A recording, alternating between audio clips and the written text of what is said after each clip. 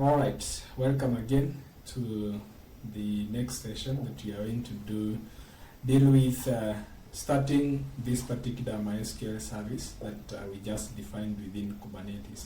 So what I'm going to do is switch over to the terminal and head over to the location of my files. So I'm within K8 folder, and then just do ls. You can be able to see that I have my first file there. So what I'm going to do is just apply using kubectl. So you need to make use of kubectl. Then you're going to specify apply. And then you're going to specify the file using the -f tag. And then from there I'm going to give the MySQL StatefulSet as my file. So what you're going to do is just press enter and wait for it to define. As you can see that I'm having something different. I'm having an error. So you can see the persistence volume has been created, the volume claim has been created, and the service has been created. But then I have an issue with my StatefulSet YAML file, and this one, StatefulSet, has strict decoding error and non-filled container env. So we just need to quickly confirm what is this particular env, how this one is applied. So I need to have that this way. So let me just give a confirmation. Alright, so as you can see that I'm able to pinpoint. If you just look at the container section, you can be able to see that the env is an object, and it's not supposed to be a variable. So we just need to have env as the key without the hyphen, and that will be able to sort that particular issue. As you can see, at the moment I'm using plain text password, but then I'll be able to show you how can we be able to refactor this to make use of the secrets and encode our passwords so that whenever we are using them, they are actually secure within the environment. So to do that, I'm going to again apply the same file.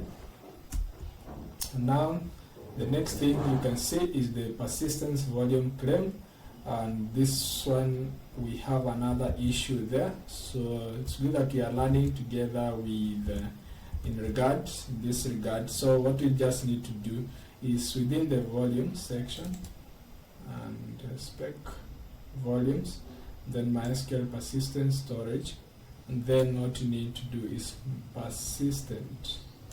We just need to have, it's not persistence, but then persistent volume claim. So I need also to have that persistent, supposed to be the typo, so it's supposed to be persistent storage, and this is what I'm going to refer here.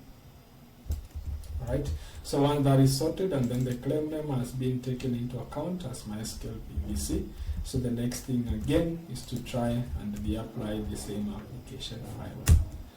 Now you can see that everything is actually up and running. So what you can do is can make use of Kubernetes ctl get pod.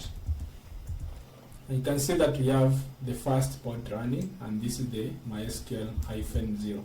So for stateful application, they'll be able to take the pod name and then they'll be numbered given the particular various numbers. So what we're going to do is to quickly confirm kubectl get, or we can be able to describe that pod to just see what happened. So describe pod, and you just need now the pod name for you to describe that, and you can be able to see, sorry, it's supposed to be kubectl.